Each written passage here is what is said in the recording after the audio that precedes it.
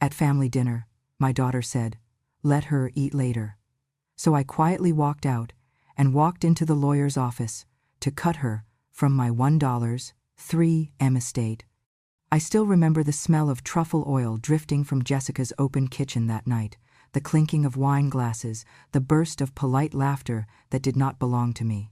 She had invited a cluster of sponsors, real estate developers, and clean tech investors to show off her new life, her new house, her new status. I had been asked to drop by for dinner as if I were some quaint relic from a small-town museum. I dressed carefully, a navy dress that still fit my shoulders, a silver brooch I had not worn in 20 years, hair pinned and sprayed. I walked in thinking I would sit at the table, meet her friends, hear her children tell stories about school.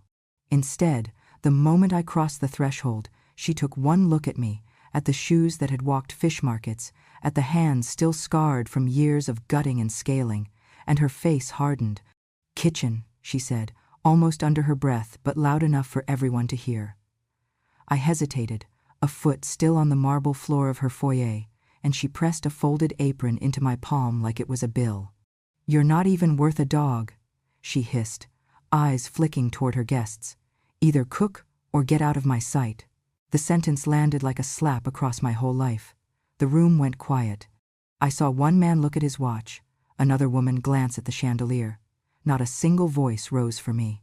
I stood there, the apron soft in my hand, the smell of her perfume heavy as salt water. My grandson, sitting at the end of the table, opened his mouth as if to speak, then closed it again. I turned, walked down the hall, past the photos of her children, past the framed degrees, and out into the cold Ohio air. The sound of forks resumed behind me before the door even clicked shut. I sat in my car with the engine off, my hands gripping the steering wheel. Through the window, I could see her new dog, purebred, manicured, lying on a velvet cushion in the living room, while I stood outside like a delivery driver. My stomach knotted, not from hunger but from a kind of old, wet shame. I had fed that girl with fish I could barely afford, sold off my wedding ring to buy her first laptop, walked miles to the bus stop in snow that cracked my heels just so she could take ballet. And now she measured me against a dog and found me less. For a moment I wanted to knock on the door and demand she take it back, but then another thought arrived, slow and clean. I started the car, turned the headlights on, and drove home without a word. All night I lay awake, listening to the old refrigerator hum. I saw my husband's face as he had looked before he left, the day Jessica was born. I smelled again the cold dawns at the market, my gloves stiff with ice, my back bent over crates of catfish and tilapia. I thought of the time Jessica came home from school in tears because the boys called her fish girl and mimed pinching their noses.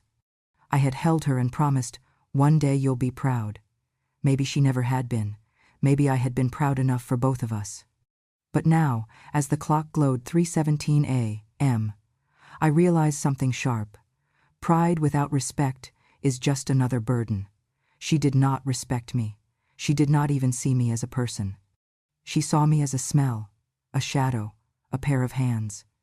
That night, I didn't sleep. I lay on the couch, flipping through the album Jessica had left behind. Each picture, a birthday, a Christmas morning, a science fair, told a story she no longer claimed. I spoke aloud, to no one, just to the silence. "You were never ashamed of the cake I baked or the hands that held you when you were sick." The silence, heavy and listening, gave me back something I hadn't felt in years: certainty.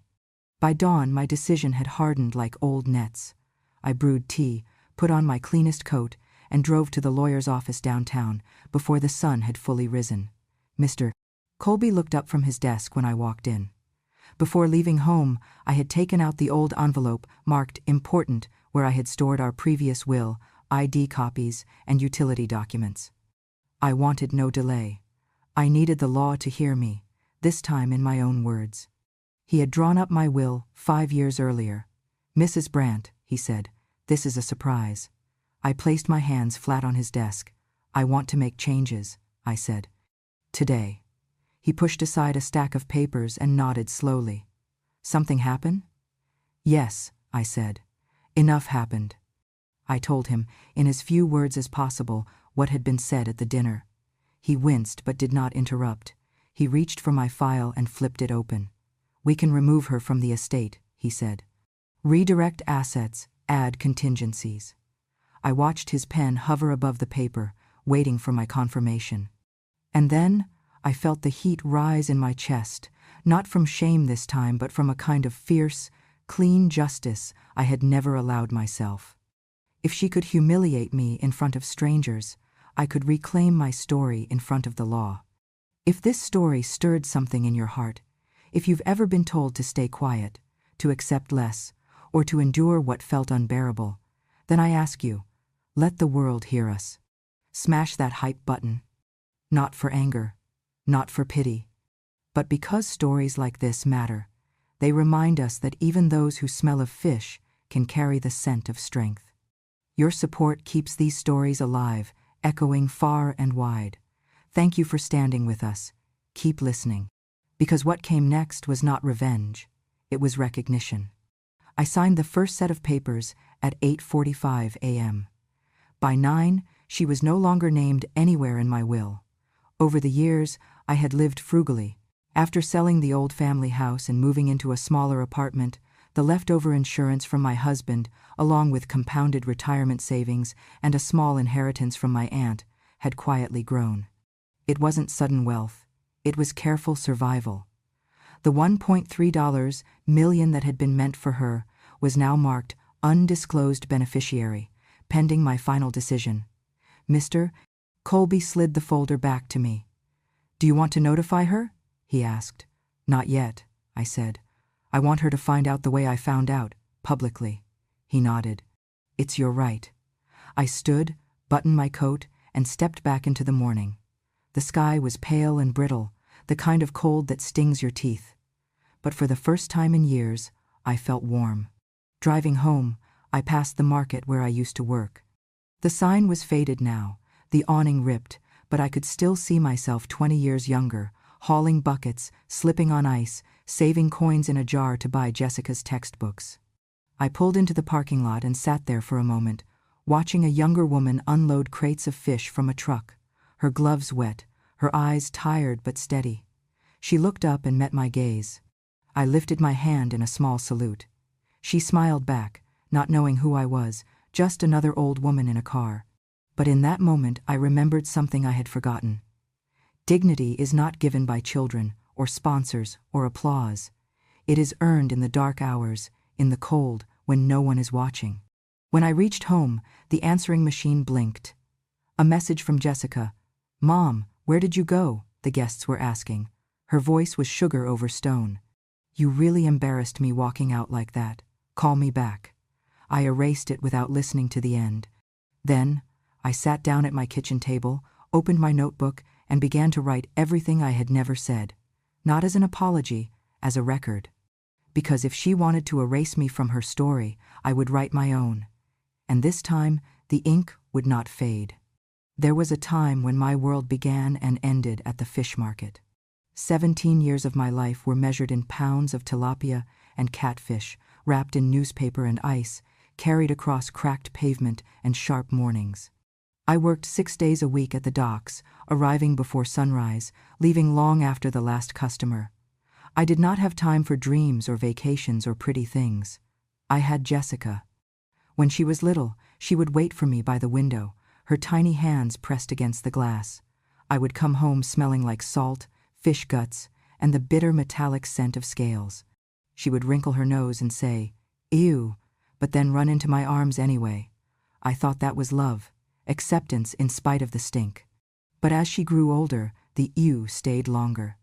It began to sound less like a child teasing her mother and more like a wall being built, brick by brick. When she was 10, a boy at school shouted across the cafeteria, "Hey, fish girl, does your mom live in a boat?" The entire table laughed. Jessica came home that day and refused to hug me. She said my jacket made her sick. I threw it in the wash 3 times that night. The smell never really left. Neither did the shame. I started bringing a change of clothes and perfume in a plastic bag, spraying myself down before walking into parent-teacher conferences. Still, I saw the way the other mothers looked at me, their tailored coats, their manicured nails, their noses twitching ever so slightly. One even asked me once, "And what do you do, dear?" with a smile so tight it could slice paper. I replied, "I sell dignity by the pound," and walked away before I embarrassed Jessica further. She was a smart girl, got into honors classes, joined the debate team, read books thicker than bricks. I made sure she had every notebook, every outfit, every lunch packed with care. I stayed up nights fixing broken appliances so we would not have to pay a handyman. I took on extra shifts when she wanted to go to summer camp. She never knew how many times I went to bed without dinner, just to make sure she had everything. I never told her. That was my mistake. She started to ask me to drop her off 2 blocks away from school.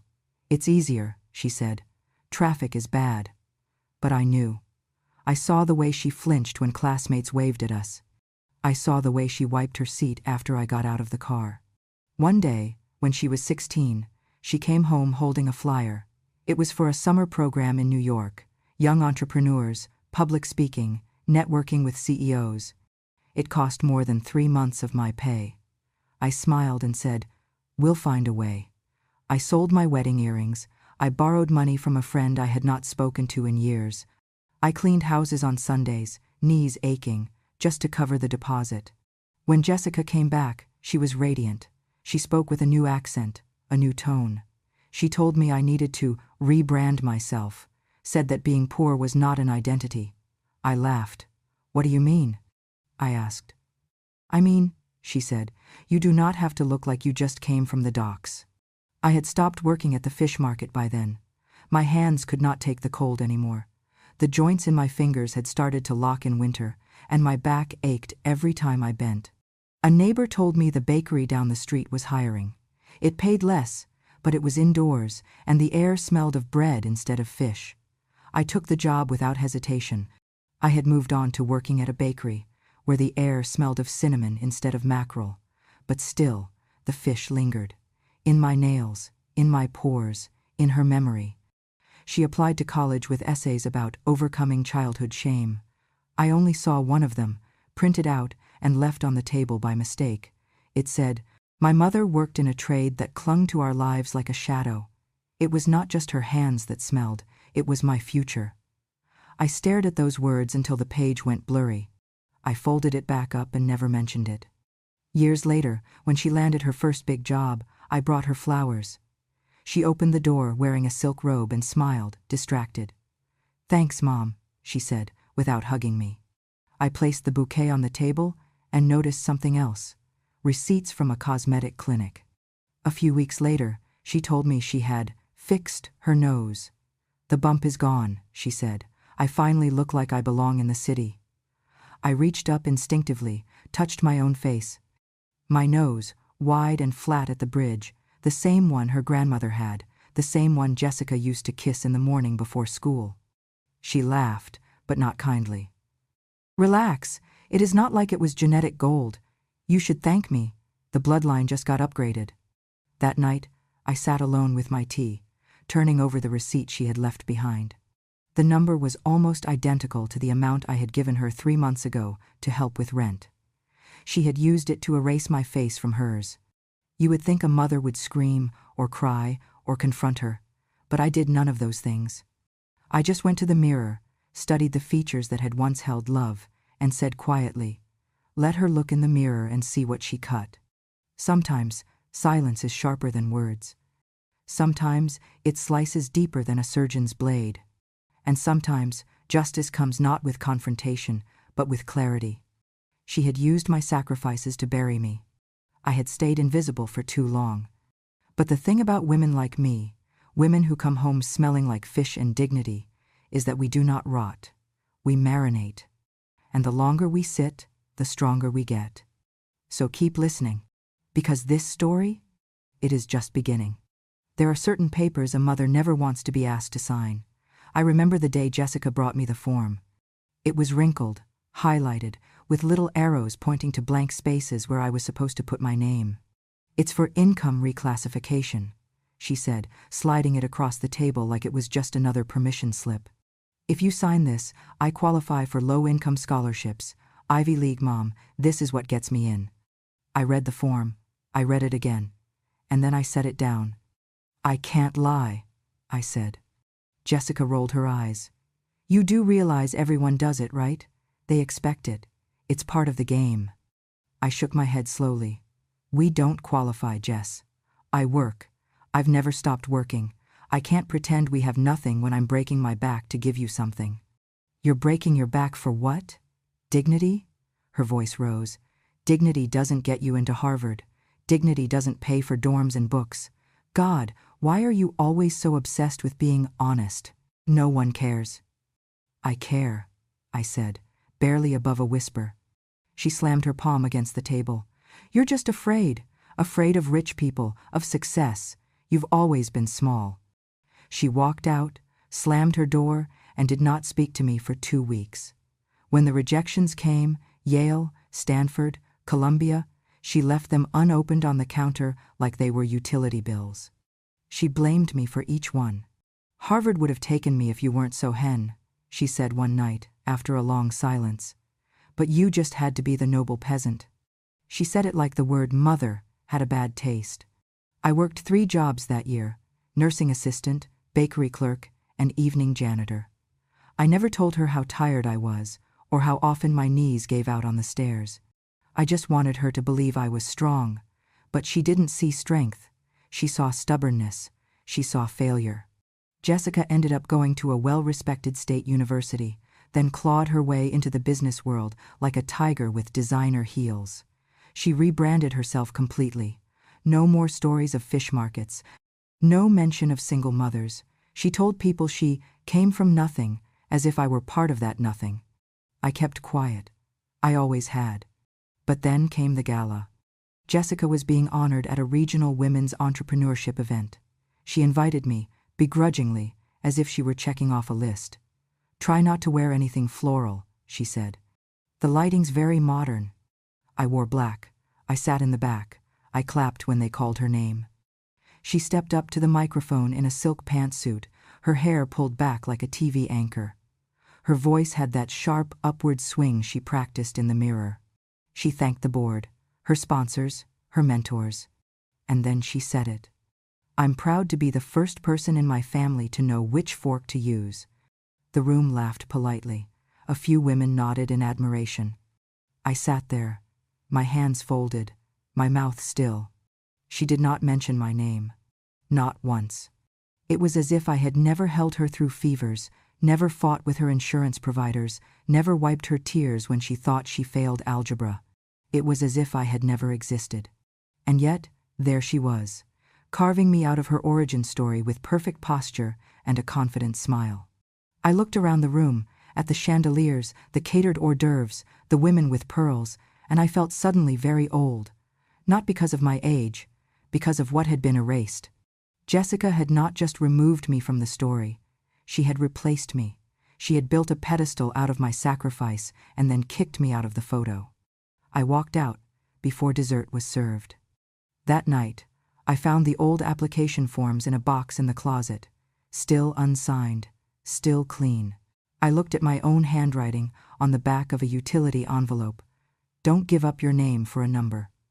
I remember writing that to myself the night I made the decision not to forge our income.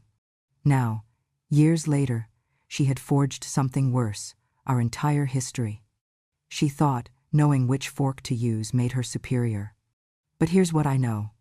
You can master etiquette and still be ungrateful. You can be articulate and still be cruel. And you can wear silk while smelling of contempt. Sometimes, the deepest wounds do not bleed. They echo.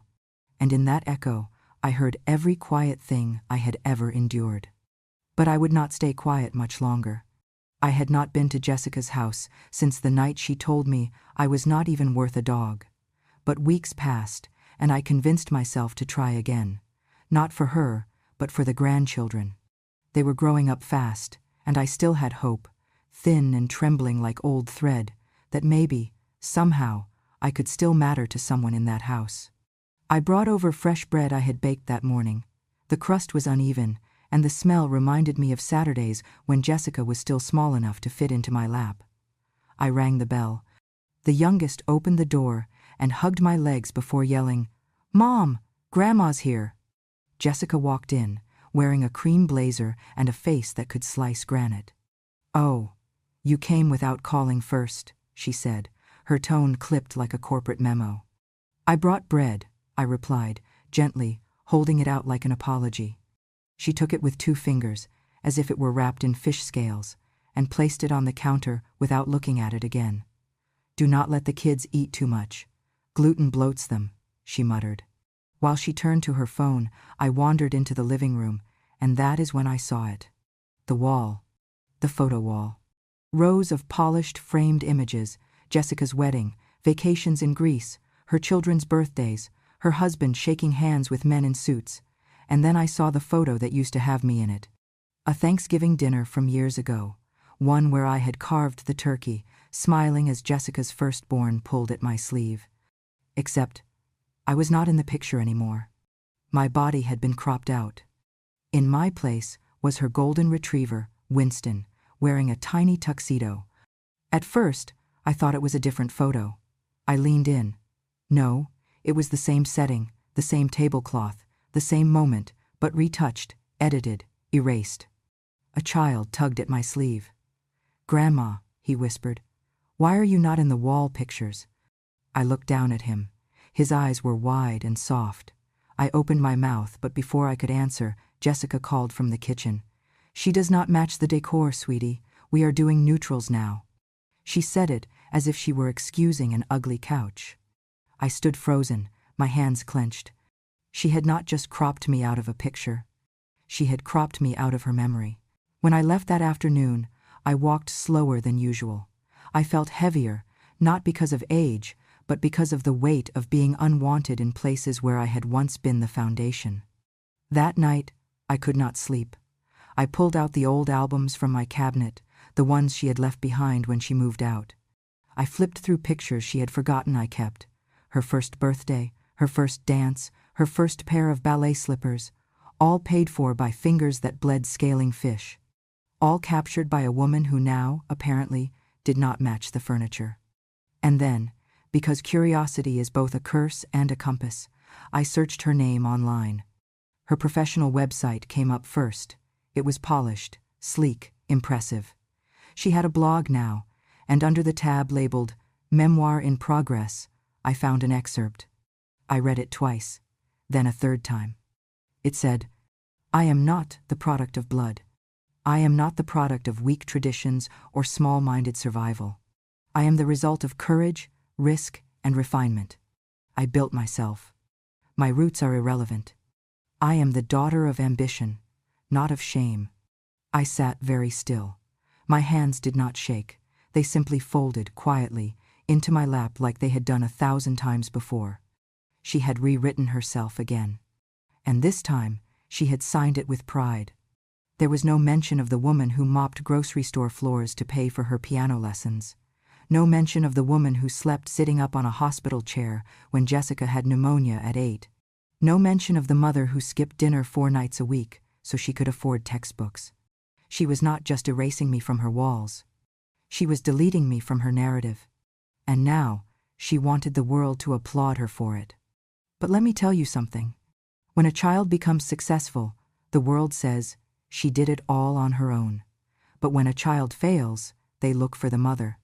So now that Jessica had succeeded, she thought she could amputate the limb that held her up. But I am not an old limb. I am the spine. And while she may have removed me from the spotlight, she could not remove me from the soil. She grew from me. And no amount of paint, polish, or Photoshop can scrub out roots that deep. She would learn that soon enough. I never expected to see him again. He was sitting at the cafe near the courthouse, dressed in a navy suit, glasses perched on his nose, reading a legal brief with a face so focused it made the world disappear around him. But I recognized him immediately, though it had been nearly 40 years since the last time I had seen that face. Back then, it had been smeared with dirt and tears. "Marcus?" I said, hesitantly. He looked up, startled. Then he blinked. "Miss Luann?" he said, standing so fast he nearly knocked over his coffee. "Miss Luann from the docks?" I smiled. "Well, My hands do not smell like fish anymore, but yes, it's me. He hugged me like someone clinging to a memory they thought they had lost. You're the reason I made it, he said. You gave me that sandwich every Thursday when I was sleeping behind the bait shop. You said, no one learns anything on an empty stomach. I remembered. A boy no older than 10, always barefoot, always hungry, but polite. I never asked his story. I just handed him the sandwich and said, come back tomorrow, same time. You're a judge now, I said, looking at the insignia on his briefcase. State level. Civil court. Not bad for a kid with nothing. I wanted to laugh, but instead, I reached into my bag and pulled out a small recording device. Marcus, I said, I need a favor, not a handout, just your eyes and your ears. I played the recording. Jessica's voice, clear as day, rang out. She's just the maid who birthed me. I only keep her around because pity looks good in fundraising speeches. The words hung in the air like poison. Marcus did not speak for a long moment, then he leaned back and said, You have more strength in you than half the people I sentence every week. I told him everything, the erasure, the humiliation, the altered photos, the gala speech, the memoir draft, the lies she sold in exchange for applause. He listened without interrupting. Then he picked up his phone. I know people, he said, not the tabloids, the ones who actually give grants, approve proposals, and sign contracts for public-facing positions. And just like that, the wheels of real justice began to turn, not in courtrooms, but in boardrooms. Within 2 weeks, Jessica's name was quietly removed from 3 advisory boards, 2 civil grant committees, and 1 statewide leadership program for young women. The final blow came when Marcus personally contacted the Public Integrity Board and handed them the recording. She was summoned to a private ethics hearing, no cameras, no press. When she walked into the room, expecting applause, she was instead greeted with silence. When asked to explain her comments, she fumbled, tried to claim the recording was out of context, then tried to cry, then blamed stress, then me. But the panel had already decided. She was suspended from participating in any government or community-sponsored leadership initiatives for 10 years. Her partnerships evaporated overnight. She received a call from her PR agency that same afternoon. They had terminated their contract. No refunds. The next day, headlines emerged. CEO who called her mother just the maid removed from all civic roles. Philanthropy fraud? Woman who built brand on family values caught insulting her own mother? Her image, so carefully cultivated, shattered in a matter of hours. And me? I made tea. I watered my plants. I watched the news with the volume low, just enough to catch the words. Former rising star, reputation in free fall. They asked me for a statement. I declined. But in the privacy of my kitchen, I whispered one sentence over and over. You forgot who fed you. She had spent years trying to rewrite her story, cutting me out, editing her roots, covering shame with silk. But she forgot the one truth that never changes. The tree that cuts off its own roots, no matter how tall it grows, is already dying. Marcus sent me a bouquet of wildflowers the next morning. The card said, You saved me when I had no name. Now, the world remembers yours. I stood by the window, looking out at the morning sun, feeling something I had not felt in years, not pride, not revenge. Peace. Because justice does not always come with a gavel. Sometimes it comes from a sandwich given without asking. Sometimes it comes back years later, wearing a suit, holding your enemies accountable, not for you, but because they now know what you are worth. I sat at my kitchen table one morning, the same table where Jessica used to do her homework, the same table where I once cried into a cup of instant coffee the day my husband died. That day, as sunlight spilled across the faded wood, I opened the folder labeled Will and Testament. I had changed it before, quietly, privately, after the birthday incident. But this time, I was not just changing names. I was rewriting legacy. I removed Jessica entirely, not out of spite, out of clarity. And in her place, I wrote the name Violet Anders. Violet had been my neighbor once, back when we both had young daughters and even younger husbands. Her husband left her for a woman 10 years younger. Mine died suddenly on a Tuesday afternoon. We were both widowed in the same year, both left scrambling to rebuild our lives, with only grit and borrowed time. Violet became a teacher. I sold fish. But when my roof caved in during a storm, she was the one who let me and Jessica sleep on her couch for 2 weeks. She did not ask for rent. She just made tea and whispered, "We'll make it through, Luann. You're not alone." For decades, we stayed in touch. Christmas cards, calls on birthdays. She always sent a check for Jessica's college fund, small but sincere. Jessica never thanked her. So when I rewrote my will, it felt right. Violet did not know. She would not find out unless something happened to me. But the thought of her being able to help other women the way she helped me, that gave me peace. The amount? $1.3 million. Jessica would have spent it on brand campaigns and skin treatments. Violet would plant something that grew. And she did. Because 3 months later, after my attorney filed the final documents, I received an invitation in the mail. It was written in Violet's delicate handwriting, the same I had admired in every note she had ever sent me. Join us for the groundbreaking of the Luann Center, Job Skills for Women Over 50. She had used the money to launch a training facility for women like us, forgotten, underpaid, dismissed. Women who still had fight left in them, just no place to aim it. I cried for a long time that night. But the peace did not last. Jessica found out. She stormed into my house, holding a printout of the probate filing like it was a death certificate. Her voice shook the windows. "You gave it away?" she shrieked. "To that woman? You're senile. This is elder abuse." "I gave it," I said softly, "to someone who never treated me like trash." She looked at me like I had slapped her. "I built my brand on strength, on legacy," she hissed. "Do you know what it'll do to my image if people find out you disinherited your own daughter?" "I think they already know who you are," I said. She filed the lawsuit the next day. Claimed I was mentally unfit. Tried to freeze my assets. Said I had been manipulated. Court took place in a narrow room with linoleum floors and fluorescent lights. Her lawyer tried to present my will as irrational, citing my age, old prescriptions, even a parking ticket from 3 years ago. But then Marcus took the stand, and the courtroom listened, not to my wrinkles, but to my record. But here is the thing about trying to erase a woman who has spent her life being invisible. Eventually, she learns how to leave evidence. Marcus, the judge, my old sandwich boy, testified that I was of sound mind, of sound memory, and of sound judgment. The court also played the recording again. "She's just the maid who birthed me." The courtroom went silent.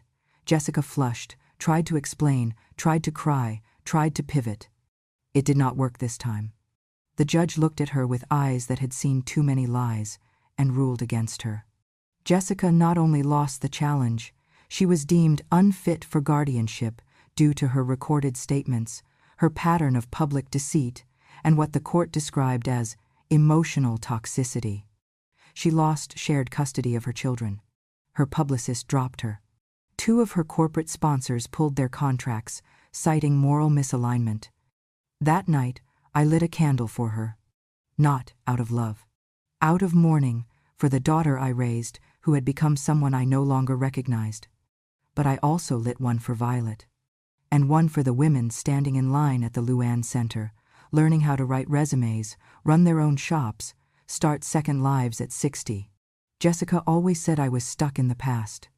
But she never understood. The past is where my strength was forged. And now? Now it was her future that had been undone. By her own words. By her own arrogance. By the woman she tried to erase. And still, I stand. Jessica always believed she was irreplaceable. She thought charisma was enough, that a perfect smile and a curated Instagram feed could shield her from consequence. But business is colder than family, and far less forgiving. When she returned to her company headquarters, she expected sympathy. What she found instead was silence. Her access badge no longer opened the executive elevator. Her nameplate had been removed from the office door. and the sleek leather chair she once referred to as my throne was already occupied by a woman from internal finance, a woman who had quietly kept the company alive while Jessica was busy branding her own downfall. The receptionist barely made eye contact. "Board meeting's over," she said curtly. Jessica stood in the lobby for 20 minutes, waiting for someone, anyone, to acknowledge her. No one did. Eventually, her assistant walked by, eyes wide with discomfort. "I was told not to forward your calls," she said softly before hurrying away. Emails went unanswered. Partnerships were suspended, pending internal review. Brand ambassadors removed her name from bios. One sponsor posted a vague but pointed update. "We stand with women who uplift, not those who erase." Even her closest allies refused to return her calls, so she called me. It was 10:43 p.m. when the phone rang. I almost did not answer, but my old habits, deep ones, mother ones, still stirred. I picked up. For a moment, I heard only breathing. Then, "Mom." Her voice was thin, childlike, the same voice she used when she was 9 and had broken the neighbor's window. "Mom, I messed up." Silence. "I lost everything. The company, the endorsements, the kids. I do not even know how to pay rent next month." Still, I said nothing. She broke. "I did not mean to cut you out. I was just under pressure. Everyone said the brand needed a clean story. You would not understand. You have never had to manage an image." There it was again. Image. Always more important than truth. I waited until her crying turned into hiccups. Then I said, very gently, "Do you remember that Thanksgiving picture?" More silence. "The one where I was carving the turkey and you stood next to me in your little red dress?" "Yes." "You replaced me with your dog." You erased your own mother." "It was just a joke, I was. And now, I am just stepping back, not out of anger, not out of revenge, just peace." She gasped.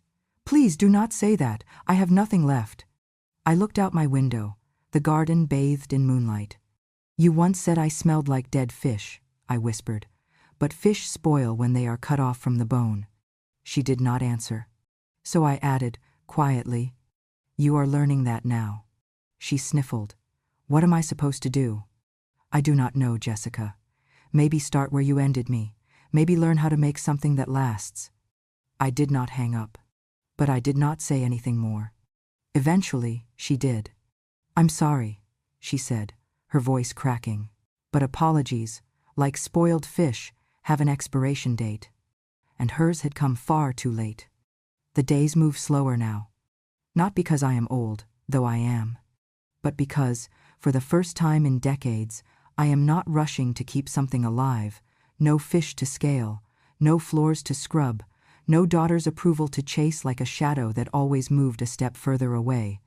I live now at the Second Act Center, the place Violet built with the money I left her in my will, though I am still here to see it bloom. She named it that because she said we all deserve a second act, especially women who were told their best years ended at 30, or when the last child left, or when a husband died and no one looked back. They call me Miss Luann here. But the kids? They call me Granny Fish. They mean it sweetly. Every afternoon, a few of them gather around the wide bench under the lemon tree where I like to sit, and they ask me to tell the story again. "The one about the fish, Granny." So I tell them. About the woman who woke up at 3:30 a.m. for 17 years to gut fish, just so her daughter could wear clean shoes to school. About how the bus driver used to wrinkle his nose when I stepped aboard. About how the math teacher once called Jessica into the hallway and said, "Tell your mother to use perfume, dear." And I tell them how I never said a word back, not once. I just kept cutting, kept wrapping, kept working. Because I believed that if I stayed quiet and did everything right, it would all be worth it. Now, the kids laugh at the old fish jokes. Not cruelly, not like their parents did. One boy leaned against my shoulder once and said, "You smell like sunshine and bread, not fish." And I cried. Not loud. Just enough for him to say, "Did I say something bad?" I shook my head and whispered, "No, sweetheart, you said something beautiful." At the front gate of the center, Above the old wooden arch Violet insisted we keep is a sign carved by hand from reclaimed cypress wood. It reads, "Here, those once called maids are greeted with gratitude. Every time I pass under it, I straighten my back. I no longer smell of fish, but if I did, it would not be shame, it would be proof. Proof that I fed someone who later bit the hand that fed them. And proof that I could still feed others." Some nights, when the sun turns the windows gold and the air cools just enough to invite memories, I sit by the fountain with a little girl who just arrived last week. Her mother overdosed, her father disappeared. She does not speak much yet, but she clings to me like she has always known me. I held her close yesterday as she slept against my arm, her hair still smelling faintly of shelter soap. A volunteer passed by and smiled, whispered, "That one already thinks you're hers." Maybe she is. Maybe they all are, now. Maybe that is what daughters should be. Not inherited by blood, but by love. When Jessica's name appears in the news now, it is in articles no one finishes reading. The algorithms are tired of her face. The people have moved on. She once said I did not belong in her world. But the truth is, she never belonged in mine. And as the light dipped lower, painting the courtyard in soft oranges and tired pinks, I rocked the little girl gently and whispered words I had been saving for years. "You said I was worth less than a dog." I paused, smoothing her blanket. "Maybe you were right. Maybe I am not worth more than a dog." She stirred in her sleep. But I gave birth to someone who could bark better than she could love. The wind moved through the trees, soft and forgiving. And I smiled, not bitter, not angry, just free.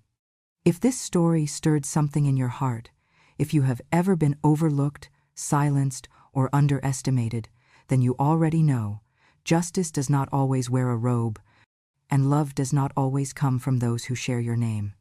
It comes from the quiet ones, the ones who fed others while going hungry, who got erased from pictures but never from memory, who smelled of fish but carried the soul of steel. This is not just my story. It is the story of countless women whose sacrifices were mocked, whose love was mistaken for weakness, and whose silence held back hurricanes. And if you want more stories like this, real stories, true stories, told from the porch of a quiet life, please support our journey. Subscribe to Grandma True Stories for more voices that were never supposed to be heard, but now will never be forgotten. Thank you for listening. And remember, revenge has no expiration date. And when a grandma speaks, the world listens.